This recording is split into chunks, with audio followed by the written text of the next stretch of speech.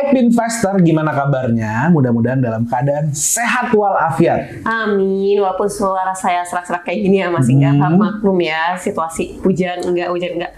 Nggak apa. Semoga Pinvestor dalam keadaan sehat walafiat pastinya. Benar, karena apa? Karena kita mau memberitahukan materi yang nggak kalah seru hari ini. Kaget. Tenang, nggak usah. Udah semangat banget kayaknya.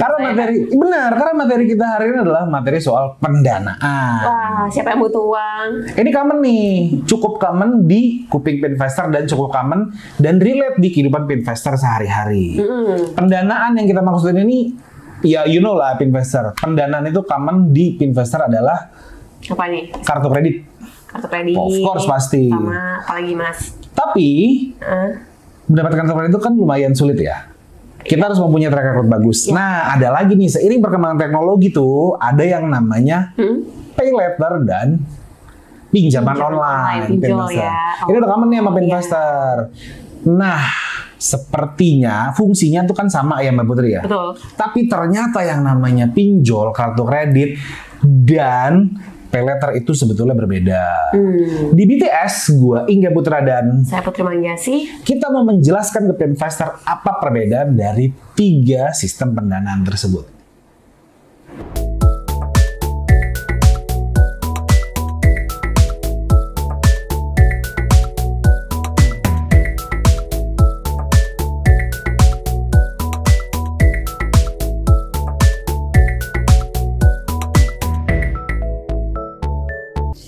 Nah, kalau kita ngomongin soal perbedaan tadi Mbak Putri ya, ada kartu kredit, ada pay later, dan ada pinjol. Oke, gue mungkin mau bahas dari sisi kartu kredit dulu ya Mbak Putri ya.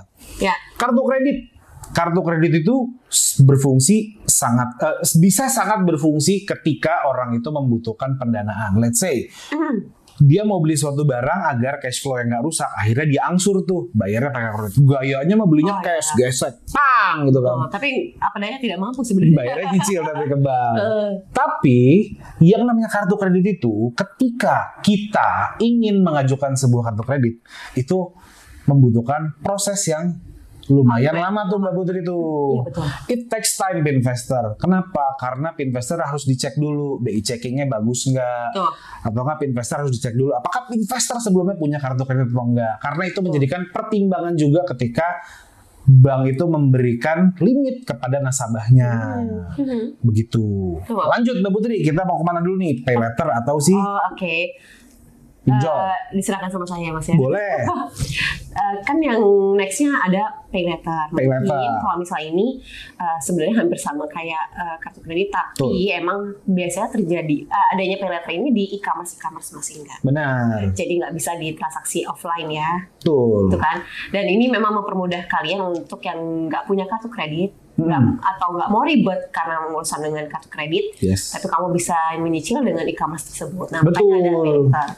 Dan memang si pay later ini mereka tidak boleh menggunakan kartu fisik ya. Betul. Seperti kartu kredit, jadi Pinvestor nggak bisa tuh main gesek aja di luar gitu kan. Nah itu kan pay later. Nah ada lagi pinjaman online. Sebenarnya ini paling berbeda dari yang keduanya itu kartu kredit. Tapi anyway sebelum kita ke pinjaman online Mbak Putri, kalau dari soal prosesnya itu kurang lebih mudah apa lebih susah sih Mbak Putri? Lebih mudah. Lebih mudah ya? Aku share satu-satu ya. Boleh. Perbedaan masing-masing. Jadi kita lanjut dulu nih ya. Lebih mudah ya jelas pay later. Yang terakhir adalah pinjaman online. Nah, pinjaman online itu agak berbeda banget dengan yang keduanya. Anak Gen Z ya ngomongnya. Keduanya. Berbeda banget, ya kan? Kalau ini memang kalau misalnya kalian memang butuh uang untuk misalnya buka usaha atau buat bayar cicilan kali ya, karena udah banyak yang sifatnya mendadak kali ya. Betul, udah nggak bisa lagi kartu kreditnya kepakai karena udah limitnya habis. Mau nggak mau kalau kalian tutup lubang gali lubang tuh biasanya tuh. Nah, biasanya pinjaman online itu berfungsi seperti itu. Jadi dia sistemnya memberikan dana ke kalian. Instan. Bukan membeli barang ya Mas Inggi. Bukan membeli barang. Jadi memang agak sedikit berbeda. Nah, aku coba jelasin satu-satu pakai bagan, nanti Mas Fian tunjukin ya. Ini ada di sini ya. Apa nanti aja? Oke. Yang pertama nih Mas Ingga nih, ada dari sistem pembayaran. Kalau misalnya kartu kredit, pembayarannya pakai kartu fisik. Kalau misalnya pay later, dia sama pinjol sama-sama full digital. Full digital. Yes, betul. Nggak usah punya kartu fisiknya, tapi kalian kalau memang sudah daftar, ya kalau sudah bisa berhasil dan diajukan, Nah, kalian bisa pakai langsung di digital tersebut. Itu yang pertama, sistem pembayaran Mas.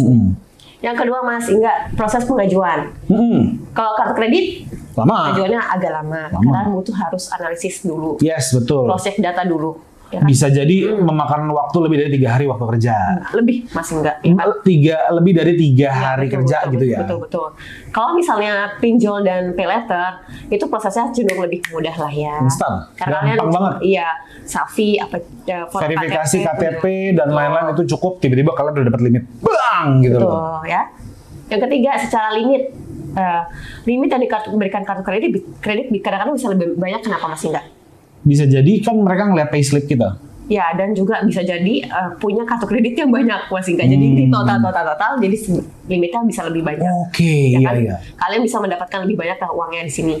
Nah, kalau misalnya pay letter sama pinjol itu tergantung sebenarnya. Tapi limitnya biasanya kecil, tapi tergantung lagi kepada kemampuan finansial individu masing-masing. Yes, karena karena parameternya itu dilihat, pasti kalian ditanya tuh slip gaji kalian ada nggak, kayak gitu investor. Nextnya, secara penggunaan masih enggak. Kalau misalnya kartu kredit bisa transaksi offline dan online. Kartu kredit bisa online dan offline. Garis bawah tuh. Ya, bisa digunakan di transaksi online atau offline. Nah, di mana saja lah ya. Ya. Fleksibel ya. Fleksibel. Betul ya, kartu kredit. Tapi kalau misalnya pay letter sama pinjol, saya rasa itu hanya bisa pakai e-commerce. Online. Yes, betul. Yes, e-commerce. Karena mereka tidak memiliki kartu fisik investor. Jadi ketika investor ingin menggunakan limitnya yang ada di limitnya yang ada di pay letter or di ini, investor itu harus ke e-commerce. Betul. Karena disitulah uang itu hanya bisa dipakai. Tapi investor tetap mencicil nantinya di setiap akhir bulan. Tapi kalau gitu ya? Iya, betul. Tapi kalau pinjol kan transfer ya metodenya, uang kan? Pinjol transfer juga, kurang lebih mirip-mirip. Iya, tapi berarti kalau misalnya untuk dikategorikan sistem penggunaan ini ya kurang cocok sebenarnya, tapi ya pokoknya semuanya serba digital lah kalau misalnya di pinjol ini. Yang terakhir masih enggak nih, yang harus digarisbawahi. Secara tujuan, kalau misalnya kartu kredit mungkin bisa ya untuk biasanya seringnya konsumtif sih Mas Ingga.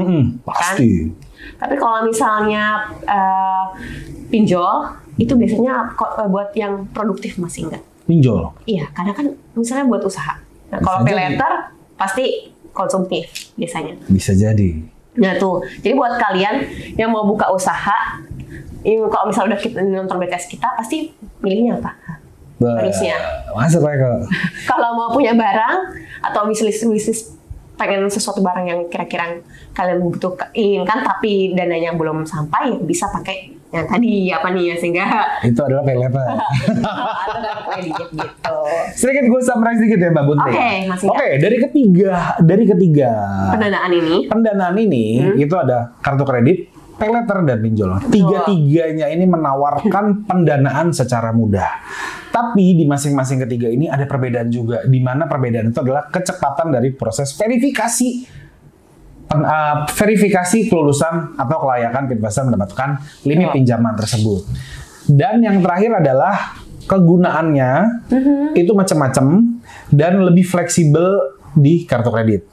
Nah, adapun demikian, penggunaan atau pendanaan ini itu sistemnya seperti pedang bermata dua, Mbak Putri. Apa itu Mas?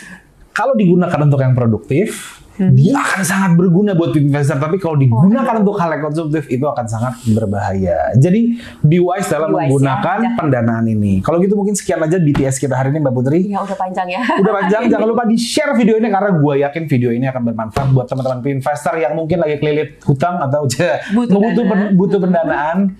Kalau gitu kita undur diri aja, Mbak Putri. Saya Ingga Putra dan saya Putri Mangyasi. Assalamualaikum warahmatullahi wabarakatuh.